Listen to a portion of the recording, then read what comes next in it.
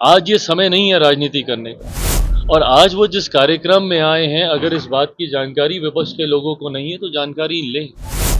ये उन गरीब लोगों के लिए वो आए हैं जो गरीब कल्याण की योजनाओं के लाभार्थी हैं।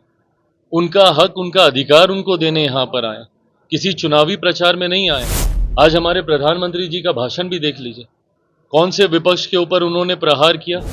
उन लोगों को पानी के लिए आज की तारीख में त्राहिमाम करना पड़ेगा जिन लोगों ने खून बहाने का काम हमारे देश में किया। आज पहलगाम में जिस तरीके से ये घटना घटी है, इस पर भी उन्हीं की भाषा में उतना ही मजबूत जवाब देने का काम हमारी सरकार करेगी, जिसकी शुरुआत कुछ नीतिगत फैसलों से की जा चुकी है। नमस्कार, आप सशौक देख रहे हैं। मैं आपके साथ सुधांशु शेखर। तो आज केंद्रीय मंत्री चिराग पासवान पटना पहुंचे थे और पटना में पत्रकारों ने जब उनसे सवाल पूछा कि पहलगाम में एक निंदनीय घटना हुई है, एक आतंकी की तरफ से जो हमला हुआ है, जो घात हुआ है, उसको लेकर जब पत्रकारों ने सवाल पूछा तो उनका कहना था कि जो घटना है निंदनीय और उस पर कड़ा जवाब दिया जाएगा। उन्होंने वीडियो में क्या कुछ भी कहा, ये सुनिए। पहलगाम घटना को कैसे देख रहे हैं?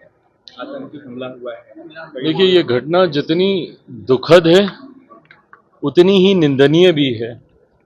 जिस तरीके से आतंकवादियों के द्वारा इस कायराना हरकत को अंजाम दिया गया है, उम्मीद नहीं पूरा विश्वास है आज की तारीख में भारत का नेतृत्व एक ऐसी मजबूत इच्छा शक्ति वाले प्रधानमंत्री के हाथ में है, जिन्होंने इससे पूर्व में भी, जब पुलवामा में भी ऐसी घटना घटी थी, तब भी आतंकवादी और उनके संरक्षक उनको मुंह तोड़ जवाब देने का काम किया था। आज पहलगाम में जिस तरीके से ये घटना घटी है, इस पर भी उन्हीं की भाषा में उतना ही मजबूत जवाब देने का काम हमारी सरकार करेगी, जिसकी शुरुआत कुछ नीतिगत फैसलों से की जा चुकी है।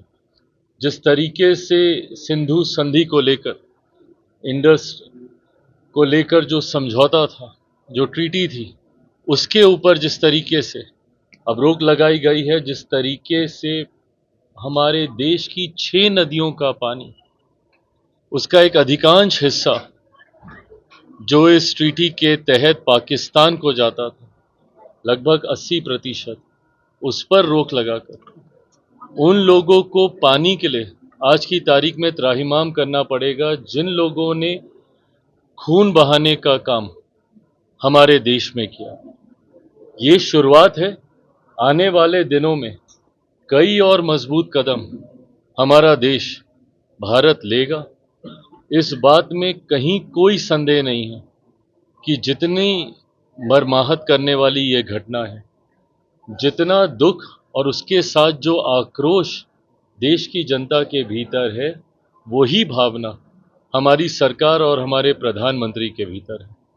ज़रूर उस भावना का सम्मान करते हुए जिस जवाब का इंतज़ार हमारा देश कर रहा है, ये उन आतंकवादियों को और उनके संरक्षक देशों को दिया जाएगा।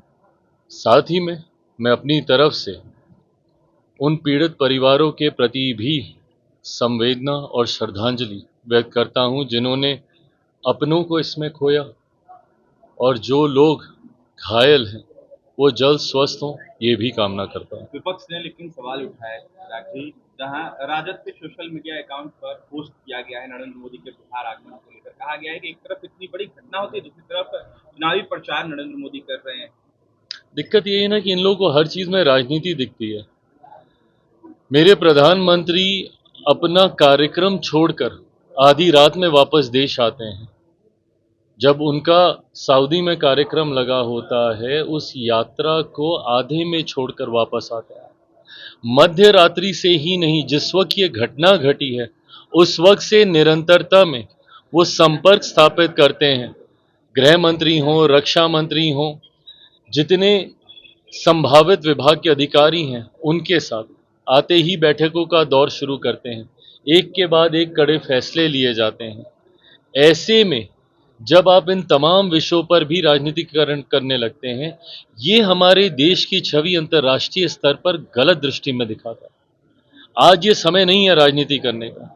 और आज वो जिस कार्यक्रम में आए हैं, अगर इस बात की जानकारी विपक्ष के लोगों को नहीं है तो जानकारी लें। ये उन गरीब लोगों के लिए वो आए हैं जो गरीब कल्याण की योजनाओं के लाभार्थी हैं। उनका हक, उनका अधिकार उनको देने यहाँ पर आए, किसी चुनावी प्रचार में नहीं आए। आज हमारे प्रधानमंत्री जी का भाषण भी देख लीजिए, कौन से विपक्ष के ऊपर उन्होंने प्रहार किया। सिर्फ उन्होंने केंद्र सरकार की नीति, लाभार्थियों को योजना के बारे में उन्होंने लाभ देने का काम किया। पर हाँ, उसी मन से एक करारा संदेश, एक करारा जवाब उन देश और उन संरक्षकों को भी देने का काम किया जो आतंकवाद और आतंकियों को पालने का काम करते हैं। ऐसे में अगर विपक्ष को गरीब कल्याण की योजनाओं से ऐतराज है तो ये सोच उनकी हो सकती है। जहां हमारे प्रधानमंत्री में इतनी क्षमता है कि वो सरहद पे सीमाओं को भी सुरक्षित रख सकते हैं, तो वहीं उतनी क्षमता भी है कि उसी समय में हर गरीब को उनका हक, अधिकार भी देने का कार्य वो एक साथ कर सकते हैं। बिहार में महागठबंधन की बैठक हुई, तेजस्वी यादव 1.5 घंटा लेट पहुंचे, कैसे देखा? अब ये तो अब वो अपना बताएंगे भाई कि क्यों लेट पहुंचे। ये तो सम्मान है उनका गठबंधन के नेताओं के प्रति। राजद में अफसोस इसी बात का है कि एक अहंकार है। वर्चस्व की लड़ाई तो गठबंधन के घटक दलों के बीच चलती ही है उनके यहाँ महागठबंधन में, जहां एक दूसरे से बढ़कर कौन है ये दिखाने की प्रतियोगिता निरंतरता में लगी रहती है। ऐसे में देर से आना उन नेताओं के सम्मान को ठेस पहुंचाने की सोच को भी दर्शाता है, जहां वर्चस्व की लड़ाई में अपने आप को आगे दिखाने का प्रयास करते हैं। 2025 में आपके चुनाव लड़ने की बात है और साथ ही एनडीए के चेहरा बनने की भी बात है, आपके चाहे वो कोई भी नेता हो। देखिए, इस बात को मैं स्वयं कह चुका हूं और मेरी समझ के परे है कि इस बात को इतना तूल क्यों दिया जा रहा है। मैंने शुरू से इस बात को कहा है कि मेरा राजनीति में आने का कारण ही बिहार और बिहारी हैं। मैं दिल्ली में रहा हूं, बंबई में मैंने काम किया है, मैंने देखा है किस तरीके से दूसरे देशों में, दूसरे प्रदेशों में बिहारियों को अपमानित किया जाता है। बिहार से पलायन करके गए हुए लोग जो आज दूसरे राज्यों में रहने के लिए मजबूर हैं, दूसरे देशों में जाकर रहने के लिए मजबूर हैं। मेरी सोच तो सिर्फ पलायन को रोकने तक की नहीं है, बल्कि रिवर्स माइग्रेशन करवाने की। जो लोग बिहार छोड़कर गए हैं, जो पीढ़ी दर पीढ़ी दूसरे राज्य, दूसरे देशों में रह रहे हैं, उनको कैसे मैं वापस लेकर आऊं, इस सोच के साथ मैं राजनीति में आया हूं। दिल्ली, बंबई चमचमाते शहर बने, मेरा बिहार कब ऐसा चमचमाता शहर बनेगा, इस सोच के साथ मैं राजनीति में आया।